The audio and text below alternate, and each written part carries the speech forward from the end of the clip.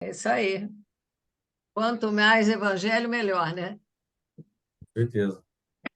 Boa noite, meu amigo. Boa Boa noite a noite. todos os companheiros. Bom Boa ver noite. Boa mais noite, uma querido. vez. Bem, meus amigos, hoje, dia 24 de agosto de 2023, nós estamos aqui na Sociedade de Estudos Espíritas Francisco de Assis. Para quem não conhece, a nossa casa fica na cidade de Petrópolis, no estado do Rio de Janeiro, chamado de a Cidade Imperial, né? A cidade onde o imperador Dom Pedro II viveu com a sua família, até o final do seu reinado, não é? E nós estamos muito felizes de encontrar os amigos novamente. Nessa noite, nós temos o maior prazer de receber o nosso amigo João Geraldo, que é de Campinas, não é? Isso, eu morei em Campinas bastante tempo, estou atualmente em Limeira. Ah, certo, certo. Mas pode falar Campinas que eu faço a região toda. Domina a região, né? Que bom, meu amigo. Bem, meus irmãos, o nosso amigo João Geraldo aceitou o nosso convite, e nós agradecemos muito a ele.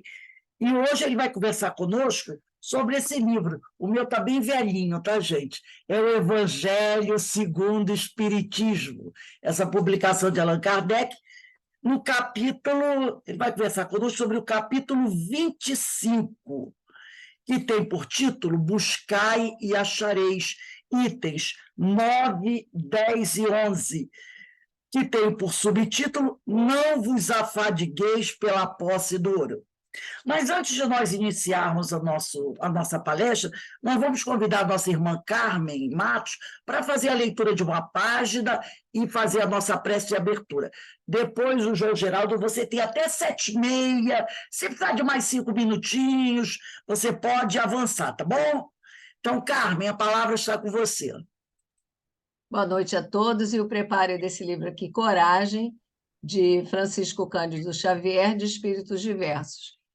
E a lição sorteada é a 50, que é de Emmanuel, e que ela tem como título Agradecemos.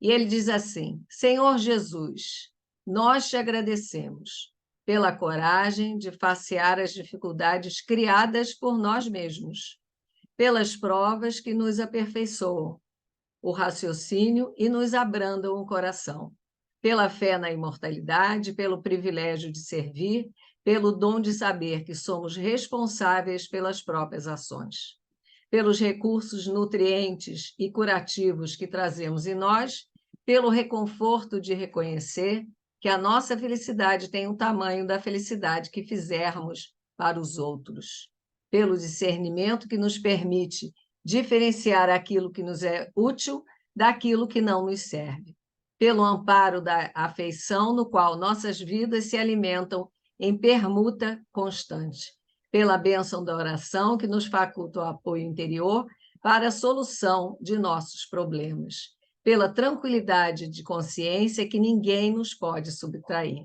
Por tudo isso e por todos os demais tesouros de esperança e amor, alegria, paz, de que nos enriqueces a existência, sê bendito, Senhor, ao mesmo tempo que te louvamos a infinita misericórdia, hoje e para sempre. Emmanuel. Então, amigos aqui reunidos, em nome do nosso Mestre Jesus, assim como o tema desse preparo, dessa lição, agradecemos sempre pela oportunidade de estarmos aqui estudando, aprendendo, e mais uma vez agradecemos essa reunião pública oferecida pela Casa de Francisco, para que nós possamos aprender mais, para que nós possamos dilatar as nossas consciências, reflexionarmos sobre as nossas vidas, junto com o Evangelho de Jesus. Então, só temos a agradecer e, Pai, ajude-nos novamente a conquistarmos a tranquilidade interior que só depende de nós mesmos. Graças a Deus. Bem, meu amigo, eu passo a palavra a você, que Deus te abençoe e continue a abençoar todos nós. Boa noite a todos mais uma vez. que Jesus possa estar sempre em nossos corações. Sempre uma alegria muito grande estar aqui com vocês. Essa linda cidade de Petrópolis, que eu não conheço ainda presencialmente, mas um dia irei, tenho certeza. Muito bem. Capítulo 25, né? Itens 9 a 11. 9, 10 e 11 são os itens que nós estamos aqui hoje para realizar o estudo do Evangelho segundo o Espiritismo. É importante salientar, antes de mais nada, o que é o Evangelho segundo o Espiritismo. Evangelho segundo o Espiritismo é um livro que foi compilado por Kardec. É importante a gente frisar bem nesse verbo, né? Compilado, porque, na verdade, ele possui as principais passagens de cunho moral de Jesus, com explicações que o Kardec obteve dos espíritos superiores a respeito das passagens.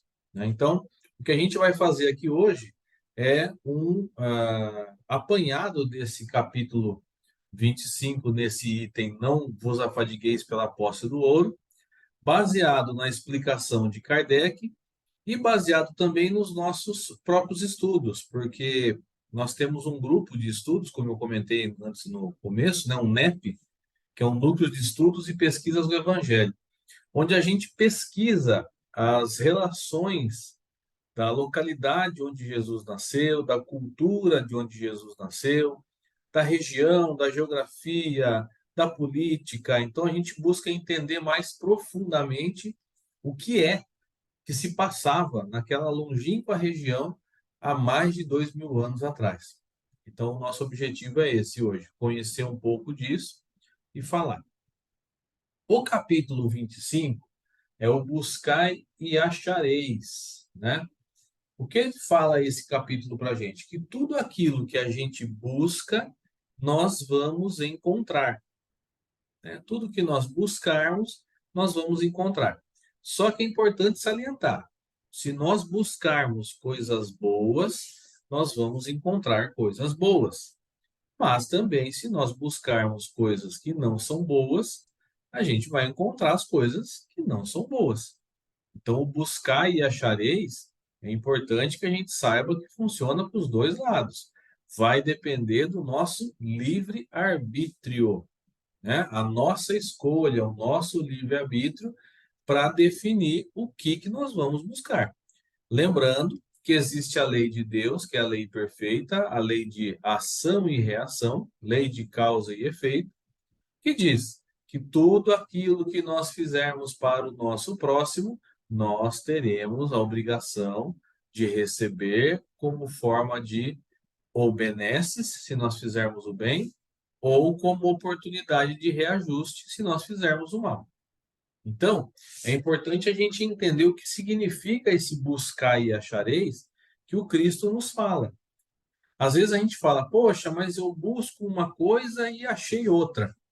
Né? Por exemplo, eu busquei a paciência, né? Busquei encontrar a paciência e eu encontrei, na verdade, um monte de situação difícil que me faz testar a paciência.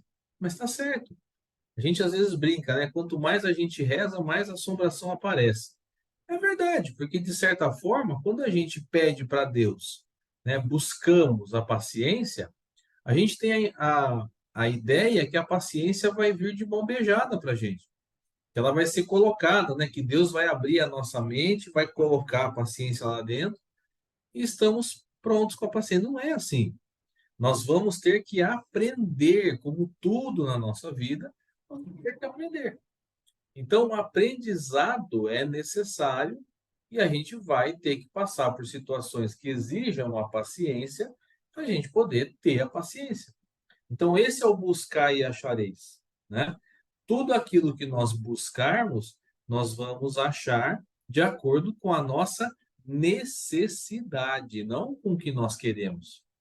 Que a gente pode falar, estou buscando ficar milionário ganhando na Mega Sena, né? Quero ganhar na Mega Sena, quero ficar milionário, é isso que eu estou buscando. Eu vou achar isso? Se for da sua necessidade, do merecimento, do planejamento, que você fique milionário de uma hora para outra, ok, isso vai acontecer. Se não estiver no seu planejamento, se ficar milionário pode te causar mais problemas do que ficar na situação atual, você provavelmente não vai ter. Então, Deus vai nos dar aquilo que nós precisamos e estamos preparados para ter. Eu costumo pensar muito e brincar muito, porque na semana passada eu estive em 3 cidades da região aqui fazendo palestra. Nessa semana estive em mais 2. Então eu vou pela região toda aqui, num raio aí de 200 quilômetros, eu vou para a região toda fazendo palestras. Aí eu pergunto, se o João ficasse milionário do dia para a noite, será que o João ia continuar estudando o evangelho, fazendo as coisas que precisa, trabalhando? Será? Eu posso prometer que sim. Não, eu prometo que se eu ficar milionário, eu continuo. Mas será que eu vou? Então a gente tem que perguntar se a situação que nós estamos pedindo, buscando, vai fazer bem para a gente ou não, né? É uma coisa que nós temos que levar em consideração.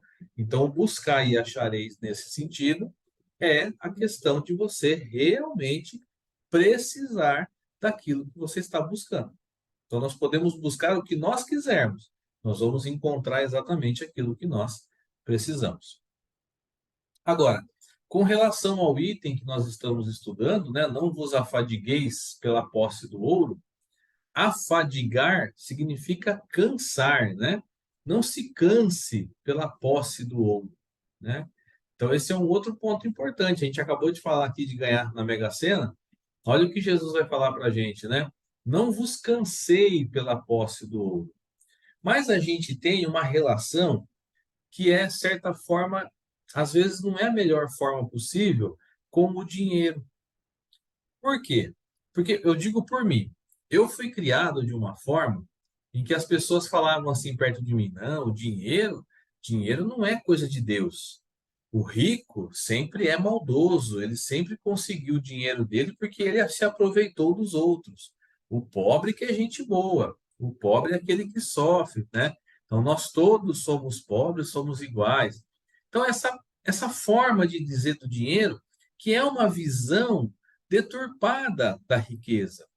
Porque quando a gente estuda a doutrina dos espíritos, nós vamos entender, no capítulo Servir a Deus e a Mamon, nós vamos entender que a riqueza é uma faculdade que nós recebemos para que nós possamos produzir para a sociedade.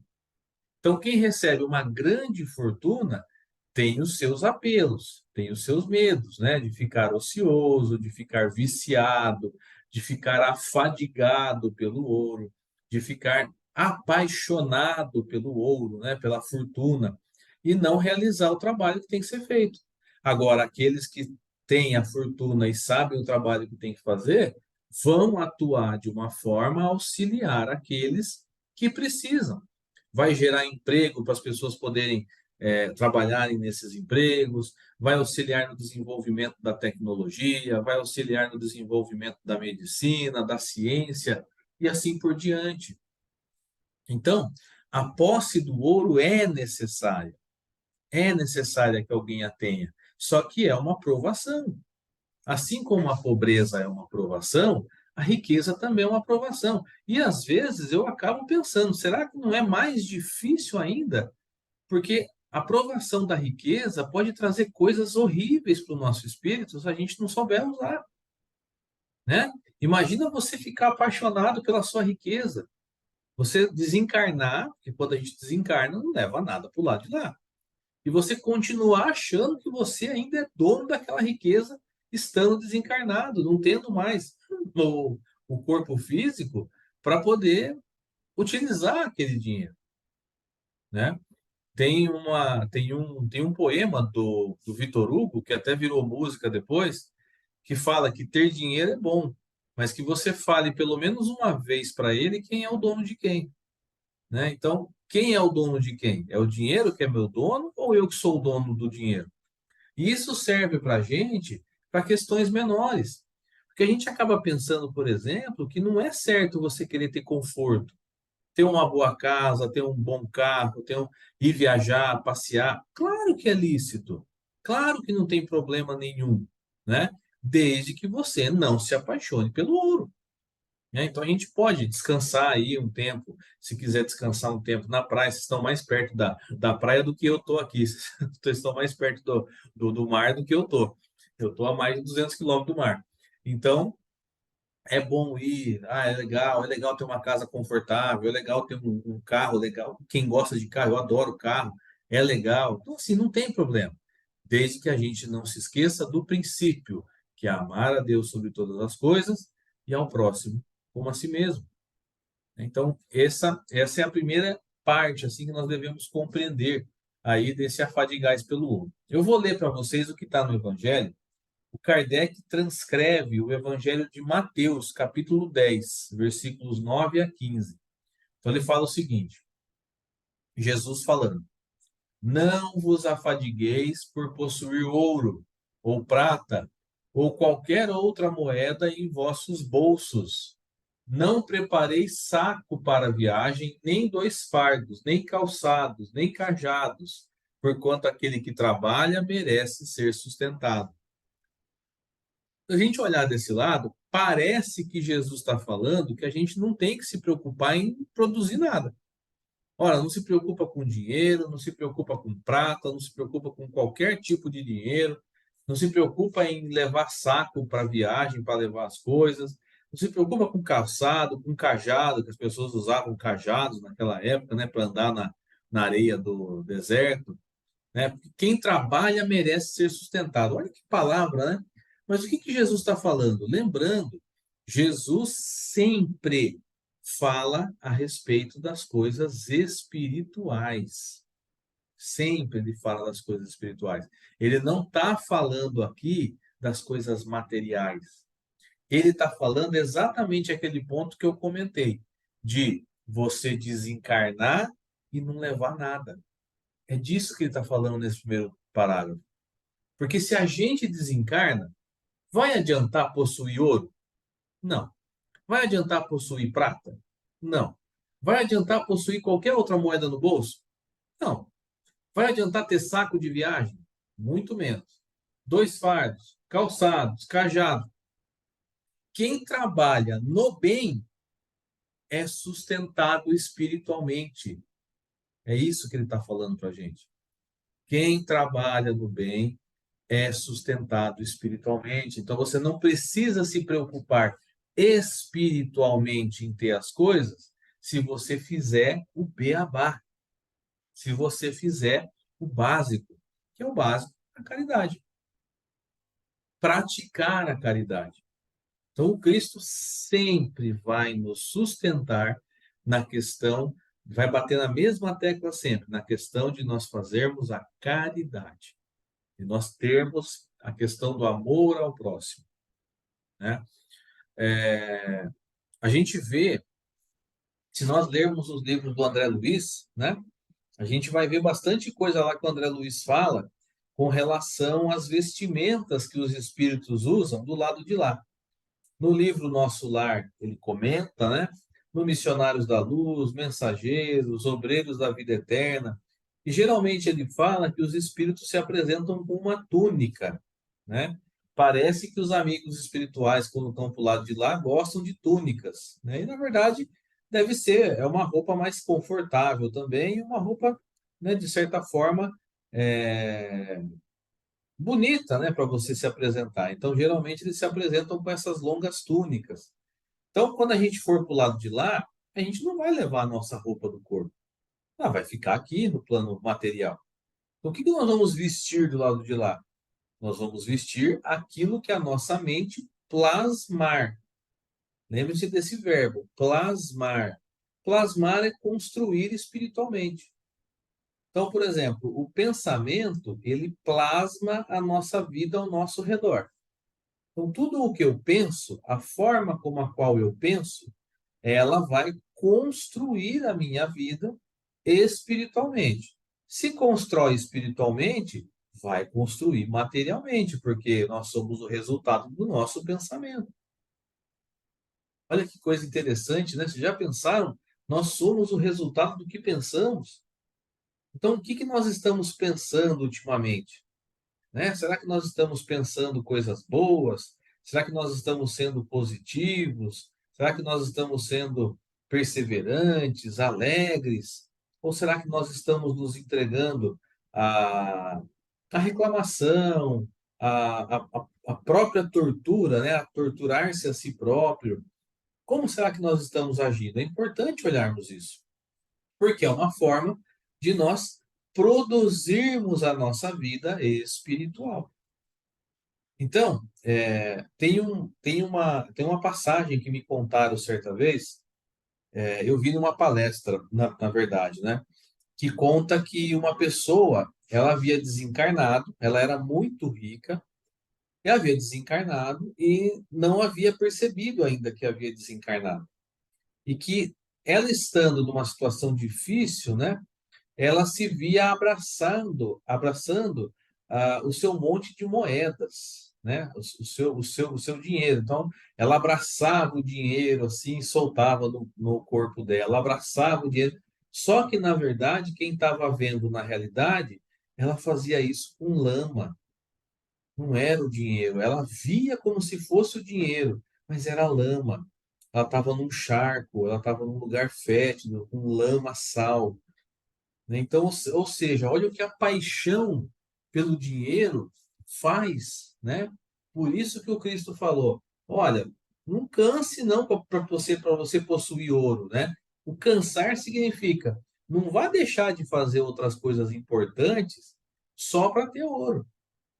Faça as coisas importantes, que são as coisas espirituais, e aí você pode procurar o ouro.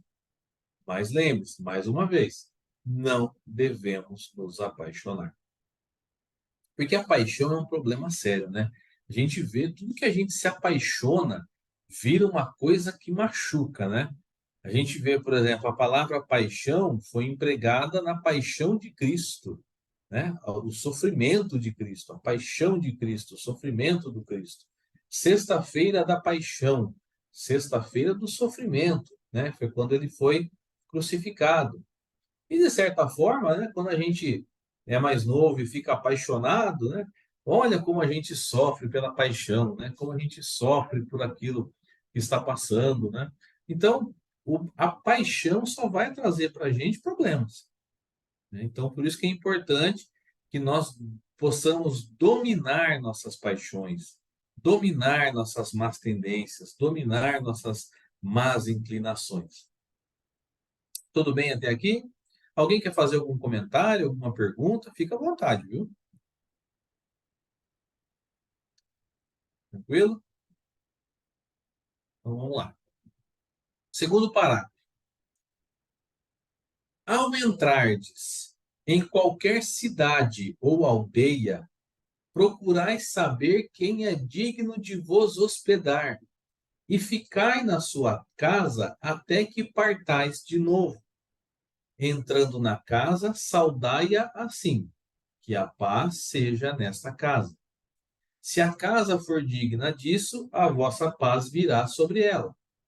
Se não o for, a vossa paz voltará para vós. Mais uma coisa que o Cristo fala de uma forma simbólica, que é interessante demais a gente entender o que ele quer dizer com essa forma simbólica. Jesus está instruindo os seus discípulos, porque eles iriam sair falando da boa nova quando Cristo desencarnasse.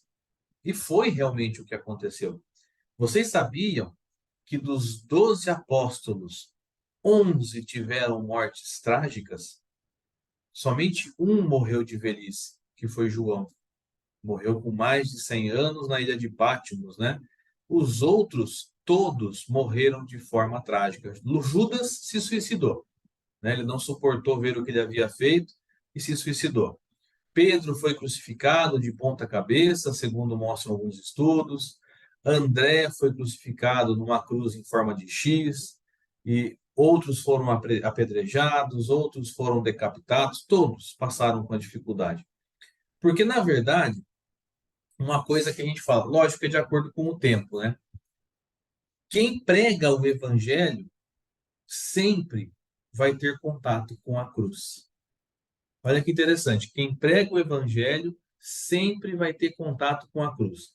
Por quê? Porque aqueles que mais precisam pregar o evangelho são os que mais devem espiritualmente. E eu me incluo nisso. Eu tenho total certeza disso, né? Que eu sou um devedor assíduo do evangelho do Cristo.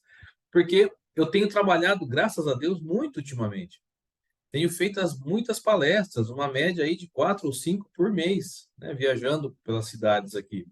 E quanto mais a gente leva o evangelho, né?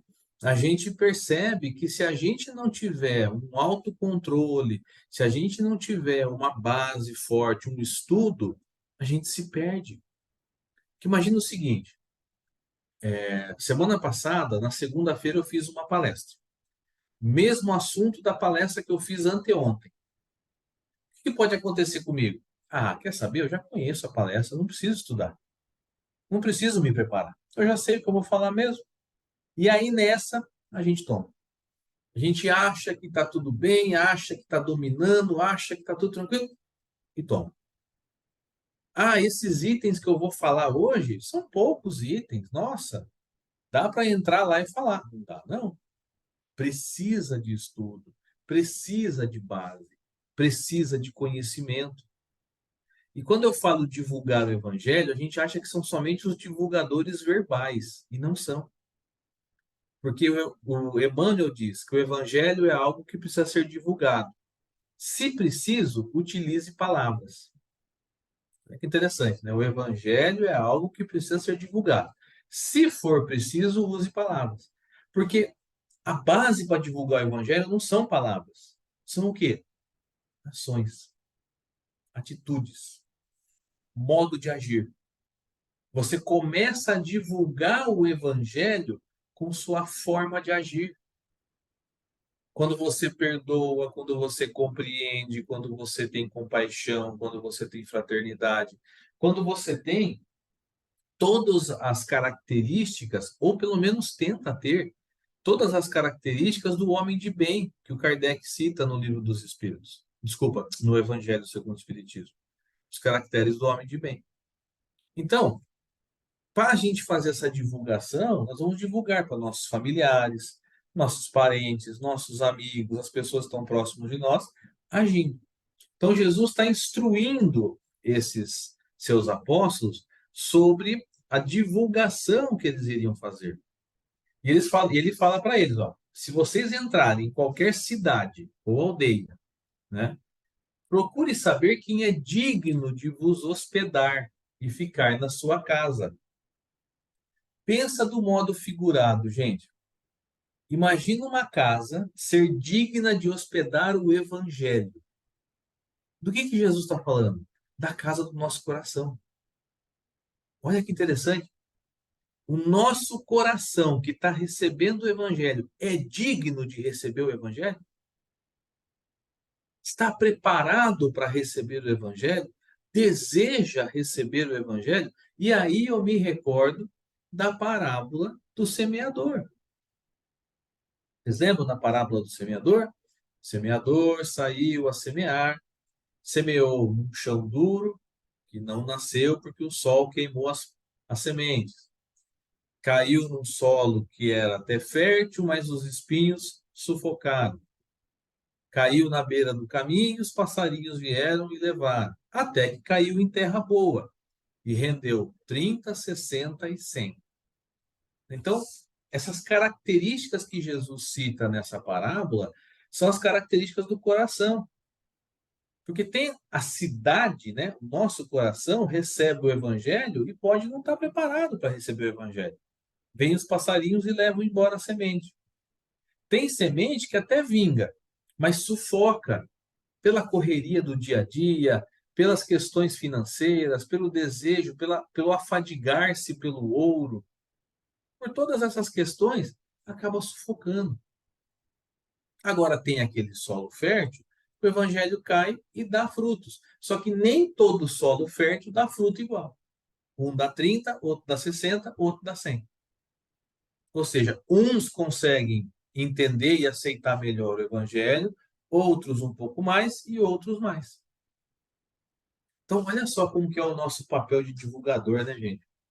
divulgar para a nossa família, de falar, nossa, não adianta eu dar exemplo na minha família, não adianta eu ser melhor na minha família, claro que adianta, mas ninguém vê, pode não estar agindo agora, mas que vê, que pega o resultado e guarda em algum lugar da mente, pode ter certeza que o exemplo ele arrasta.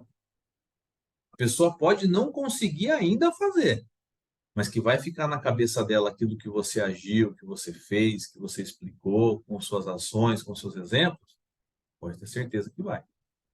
Pode ter certeza que vai. A gente vai ouvir muito ainda disso. Aí Jesus fala, entrando na casa, saudai-a assim, que a paz seja nesta casa. Então, quando a gente vai levar para a pessoa o conhecimento que a gente obteve, a gente vai levar com respeito. É isso que o Cristo está falando, tenha respeito, porque na época de Jesus, quando você chegava na casa de alguém, era comum você saudar a casa da pessoa dessa forma, que a paz esteja nessa casa. Os amigos espirituais, quando vêm visitar a gente, trazem uma mensagem, geralmente eles saúdam assim, que a paz esteja com vocês, né? Então era normal fazer essa saudação na época de Jesus. Hoje a gente não faz mais isso. Quando a gente vai visitar um amigo, a gente vai na casa de alguém, a gente entra, a gente não fala que a paz esteja nessa casa. Não é da nossa cultura fazer isso, mas era da cultura dos hebreus. Então eles tinham essa cultura de falar dessa forma. Se a casa não for digna, a vossa paz virá sobre ela. Ou melhor, se a casa for digna, a paz virá sobre ela. Se não for, a paz volta para vocês. Ou seja, quem deseja a paz, tem paz dentro de si. Né? Quem deseja a paz, quem deseja o amor, quem deseja o perdão, a fraternidade, a solidariedade, é porque já tem isso dentro de ti. Se a casa for digna, se o coração que está recebendo a mensagem for digno, a paz vai ficar. Se não for, a paz volta com a gente. É tranquilo. Então a gente precisa sempre observar também, esse é um outro ponto importante, em quais corações a gente está levando o evangelho. Porque vai ter coraçãozinho que não adianta ainda. Você pode dar o exemplo, você pode mostrar, mas não é a hora dele ainda. A gente tem que saber respeitar a hora do outro. E eu entendo porque, assim, quando a gente começa a estudar o evangelho, a doutrina espírita, começa a fazer bem para a gente. Aí a gente quer que o outro tenha isso também. A gente quer que, não, eu preciso levar isso para aquela pessoa. Ela precisa entender isso que eu entendi. E às vezes não é a hora dela. Aí a gente vai forçar uma coisa e não vai ficar legal. Tem que ser, né, naturalmente. Então a gente vai continuar dando exemplo, continuar, né, mostrando, falando. Né? Então, o exemplo que nós damos vai chamar a atenção da pessoa daquilo que ela precisa fazer. Tranquilo? Perguntas, dúvidas, comentários? Tranquilo? Tá bom, vamos continuar, que falta um parágrafo ainda. Aí Jesus continua no outro parágrafo.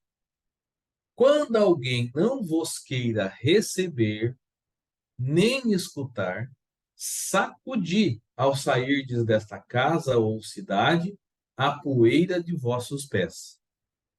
Mais um símbolo. Mais um símbolo. Se a pessoa não desejar receber, não traga nada dela para você. Porque a pessoa, por exemplo, ela pode estar num estado de melancolia, de dor, de tristeza. Você vai para ajudar, não para buscar e trazer para você o problema que ela está. Sacode a poeira do pé e continua você com a sua paz. Né? Continua você com o seu trabalho. Né? Não se deixe persuadir, né? Não se deixe envolver pela dor que a pessoa está levando. Porque ajudar a pessoa não é sentir a dor junto com ela. Não é ficar mal junto dela. Isso não é ajudar. Jesus ajudava os outros sem ficar mal. Então, você ajudar o outro é você levar sua alegria, levar seu bem-estar. Olha só o exemplo que a gente tem. Tem um movimento aqui em São Paulo, deve ter no Rio também, que eu acho que se chama Palhaços da Alegria, Doutores da Alegria. são pessoas que se vestem de palhaço e vão levar alegria para as crianças que estão internadas, principalmente aqui em Campinas, tem o Instituto do Câncer, né? É o câncer infantil, como é que chama? Boldrini, né? Tem o Boldrini aqui em Campinas, eles vão fazer isso. E a taxa de recuperação, a taxa de melhora das crianças aumenta com esse trabalho. Por quê? Porque eles vão levar alegria, eles vão contagiar. Imagina os fluidos que estão em volta da pessoa que está doente. Né? Imagina como que está a aura da pessoa que está doente. Não está boa. Ela está pensando um monte de coisa ruim, ela está pensando com medo, ela está naquela angústia. Você vai lá e leva uma injeção de alegria para ela e não pega a angústia dela para você. Você leva a alegria para ela. Você contagia a pessoa com a alegria. Pronto, você está fazendo a caridade de uma maneira maravilhosa. Se a gente lembrar, no livro Há 2000 anos, de Emmanuel, ele vai citar o encontro dele, Emmanuel, com Jesus, e quando ele era o senador Públio Lentulus, né? E ele diz que o que ele sentiu perto do Cristo, porque ele se encontra com o Cristo, ele se encontra pessoalmente com o Cristo. Ele não conseguiu descrever o que ele sentiu perto do Cristo. Que a energia, que os olhos fulgurantes do Cristo olhando para ele, era uma coisa que ele jamais havia sentido na vida. O que que é isso? É a energia do bem, do amor, da caridade. O Cristo exalava pelo corpo todo esse amor, essa caridade. Ele não conseguiu olhar para os olhos do Cristo. Tamanha era a inflexão moral do mestre contra ele, né? E é interessante porque ele vai para Jesus pedir a cura da sua filha Flávia. A sua filha Flávia estava com lepra, né? E ele vai pedir a cura. E Jesus fala para ele: ela vai obter a cura, mas não por tua causa.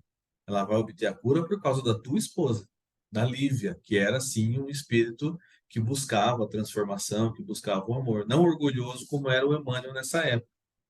Então, ou seja, se alguém não quer te receber nem escutar, sacode a poeira, sai da cidade, sai da casa, sai de perto. Não força. Não força, que é pior. E aí Jesus fala: digo-vos em verdade que no dia do juízo, Sodoma e Gomorra serão tratados menos rigorosamente do que essa cidade. De novo, um símbolo. Jesus tinha que falar de acordo com a época. É importante salientar isso. Ele não podia usar um diálogo diferente do que o povo conhecia. Sodoma e Gomorra são cidades, né? Que, segundo a Bíblia, foram consumidas pelo fogo. Deus mandou fogo nas cidades porque elas estavam se perdendo nos costumes. Estavam se perdendo nos bons costumes, Deus mandou fogo nas cidades. Se essa moda pega hoje, não sobra cidade no nosso país. Então, graças a Deus que é só um relato simbólico bíblico, né? É um relato simbólico bíblico que quer dizer que vai ser queimado aquele que não estiver de acordo com o Evangelho. Não é queimado que vai ser machucado, maltratado, ido. Não. O que o fogo faz? Renova. Ah, então é isso que Jesus está falando. Vai renovar a força, vai ter que renovar. Aquele que não aceitar por bem, vai aceitar com a renovação do fogo. Vai aceitar pelo, né, ser puxado, vai ser arrastado para conseguir. Jesus falou: nenhuma das minhas ovelhas ficará para trás. Ou seja, ninguém vai ficar para trás. Todo mundo vai evoluir e vai crescer com o Cristo. Seja pelo amor, seja pela dor. Então a gente vai poder escolher. Que consigamos escolher sempre o amor. Que consigamos escolher sempre a paz, a sabedoria, a tranquilidade. Né? Então, o Kardec vai falar para a gente aqui, interessante, né? Naquela época, nada tinha de estranhável essas palavras que Jesus dirigiu a seus apóstolos quando mandou pela primeira vez anunciar a Boa Nova. Estavam de acordo com os costumes patriarcais do Oriente, né? Kardec falando que estava de acordo com o costume, onde o viajor encontra sempre acolhida numa tenda, mas os viajantes eram raros. Entre os povos modernos, o desenvolvimento da circulação houve de criar costumes novos. O dos tempos antigos somente se conserva em países longínquos, onde ainda não penetrou o grande movimento. Se Jesus voltasse hoje, não poderia dizer a seus apóstolos: ponde-vos a caminho sem provisões. O que Kardec está falando? Que Jesus fala de acordo com o tempo. Naquela época, era isso que tinha para ele fazer entender o Evangelho. Agora, vocês entenderam o que a gente fez aqui? Nós pegamos o Evangelho, entendemos a simbologia e trouxemos para o nosso dia de hoje. É isso que tem que fazer com o Evangelho. Para entender o Evangelho, eu tenho que entender a época de Jesus. Não tem jeito. Né? Então, eu preciso compreender como era a época. Um outro exemplo, né? Quando Jesus mostra a moeda e pergunta: de quem é a inscrição nessa moeda? As pessoas respondem: de Pilatos, né? Não, desculpa, de César, né? Então, quem que é César? César não era uma pessoa, o César. César é uma característica. Ser o César era ser o imperador romano. Na época de Jesus era Tibério. Ele era o César. Ficou o nome César porque Júlio César foi tão conhecido e tão grande imperador que todos os outros depois se chamaram Césares. Se você for na Rússia, tem o czar, que é o César. Se você for na Alemanha, tem o Kaiser, que é o César. Todos esses nomes deram origem do César. Então, é de César. É de quem? É de um imperador. Por quê? Porque a moeda na época de Jesus era feita de ouro ou prata e tinha a inscrição do governo romano, a inscrição de César. Então, para a gente poder entender o que Jesus está querendo dizer, eu preciso entender isso.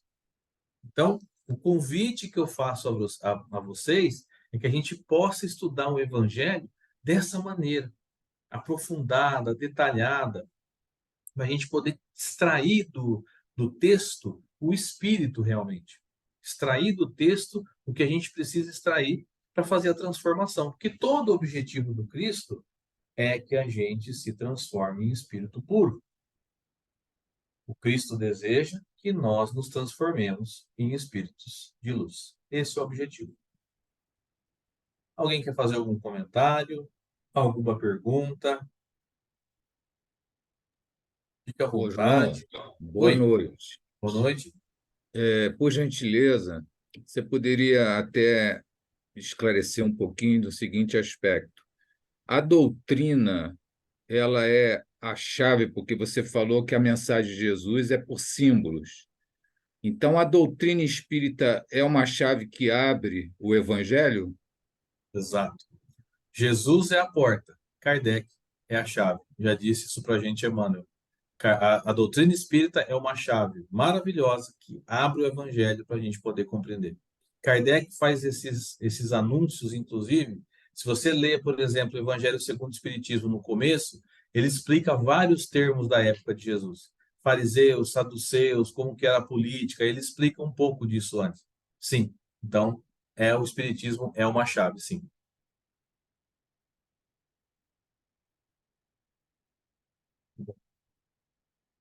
Obrigado, Maravilhoso essa doutrina, né? Eu que agradeço. Obrigado.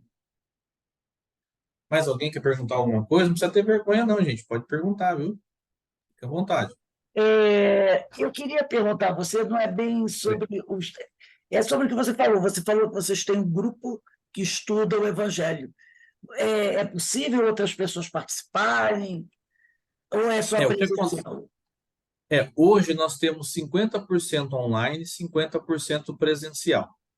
Só que nós temos companheiros que não são de Campinas, são de mais longe. Tem uma companheira que é de Montes Claros, em Minas Gerais. Quando a gente faz o encontro presencial, a gente faz uma conexão com o celular para ela poder entrar e conversar com a gente também. Então, hoje é dessa forma que a gente está trabalhando. Se houver, por exemplo, outros irmãos que queiram participar e a gente entender que, né, que vai dar certo e tudo mais, pode participar dessa forma. O online é online, todo mundo se encontra como aqui, como a gente está fazendo aqui, e o presencial faz uma sala para as pessoas entrarem de fora. Ah, tudo bem. Porque eu achei Dá para interessante fazer a assim. forma como vocês estudam, né? A gente, por exemplo, mas é muito interessante, né? Como que a espiritualidade faz. Tem 2 companheiros no nosso grupo que são especialistas em Velho Testamento e cultura judaica. Ah, que Então, o que maravilha. eles trazem de conhecimento para a gente de cultura judaica, e a gente encontrou agora uma outra companheira, que ela não é espírita, mas ela é judia. Ela tem conhecimento da cultura dos judeus. Ela vai fazer para a gente uma aula sobre cultura judaica. Olha que coisa maravilhosa, né? Só que a gente tem que Vocês, ser bastante eclético. qual o dia que vocês estudam o curso de vocês? São 2 sábados no mês, o segundo e o quarto sábado de cada mês. Esse sábado aqui, depois de amanhã, vai ter um encontro e vai ser presencial, E o horário de vocês? das 9h30 da manhã às 11h30. Ah, interessante. Então, quando for online e puder, você passa para a gente. E Faço. se alguém quiser participar, você manda o link e a gente... É muito interessante, né? Estudar o Evangelho, a forma como você trouxe aquela passagem sobre deixar a poeira, né? Bater os pés. Achei muito interessante, como também de Sodoma e Gomorra. Uhum. Muito É interessante. interessante porque a gente ouve falar várias vezes de Sodoma e Gomorra, né? E às vezes a gente fica com dúvida, o que é Sodoma e Gomorra? São cidades que teoricamente existiram, né? E que foram consumidas pelo fogo. Mas o fogo é para reparar, o fogo é para transformar, É né? da Então, purificação, né? purificação, exatamente. Ah, então tá. Então, depois, qualquer coisa, você manda para a gente, tá bom? Eu achei muito Mano, interessante se os companheiros desejarem conhecer, participar. Então, eu só Eu também gostei muito.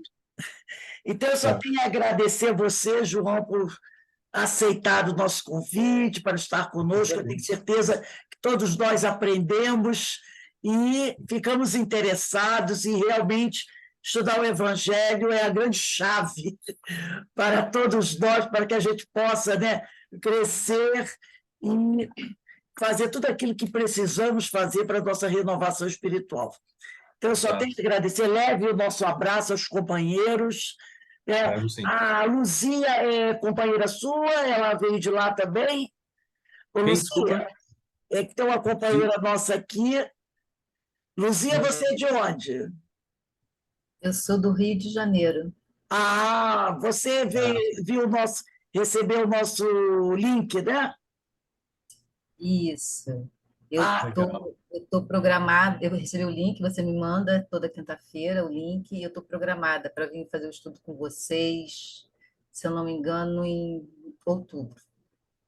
Legal. Sim, é verdade. Muito De cada prazer. quinta-feira. E se você quiser continuar conosco, estudando, seja sempre bem-vinda, tá bom? Obrigada. Que bom recebê-la aqui. Então, meus amigos, nós estamos encerrando aqui a nossa reunião de estudos da noite de hoje. Realmente foi muito rica em conhecimento. Eu, pelo menos, adorei e acredito que vocês tenham gostado também.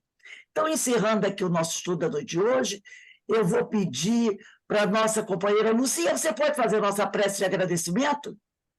Posso sim. Então, por favor. Pai amado, de infinito amor, bondade, sabedoria e misericórdia, Jesus, nosso mestre, nosso guia, agradecemos a oportunidade de mais uma vez nos reunirmos em seu nome para aprendermos um pouco mais sobre as suas leis, sobre os ensinamentos do mestre querido. Agradecemos também a presença dos benfeitores espirituais que estiveram conosco, harmonizando o ambiente, pacificando as nossas mentes, conectando os seus corações com os nossos corações, para que pudéssemos, juntos, encarnados e desencarnados, fazer um trabalho digno de Ti. Agradecemos, Pai, o estudo ministrado pelo nosso irmão, que com certeza foi intuído pelo seu mentor, que nos trouxe tantos ensinamentos, tantos esclarecimentos.